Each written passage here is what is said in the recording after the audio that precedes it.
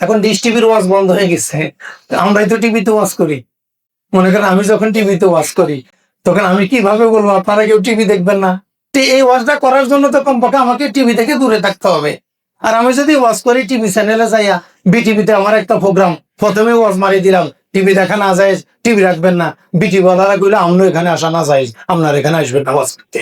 আপনি নাই আমগো চ্যানেলটা 12টা বাজে দিতেছেন, চ্যানেলটা তো আমরা ক্যানেলে ফেলাই দিবেন, এরপর আমগো ভিউয়ার কমে যাবে, আমরা আমগো চলবে কিভাবে? কেউ ওয়াজ করবে?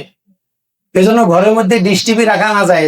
বলেন ডিশ টিভি রাখা কি না যায়? এখন না যায় কই তো শরম লাগে।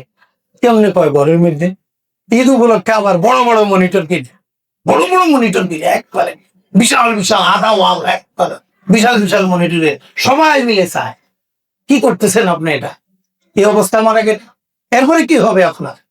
যারা যারা কবরে যায় মাইর খাইতে পছন্দ করেন, বাস ঘরের মধ্যে রুম ফোদারের রুম একটা গজবের বাক্সা রাখি যাইবেন, সকাল বিকাল শুধু মাইর পার্সেল হইতে থাকবে।